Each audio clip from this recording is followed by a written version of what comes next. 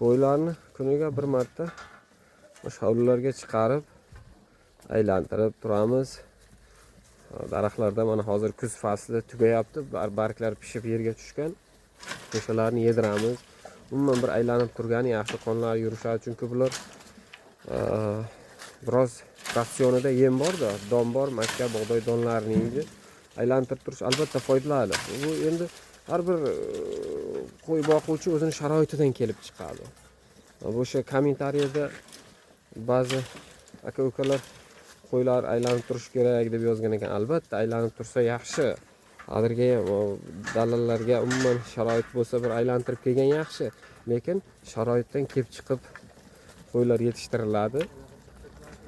Sharoitdan kelib chiqib yetishtiriladi. Shuni hisobga olib biz o'zimizni sharoitimizdan kelib chiqib mana shunday tashkil qilganmiz. Rahmat sizlarga, obuna bo'lishni unutmang azizlar, sog' bo'lingizlar.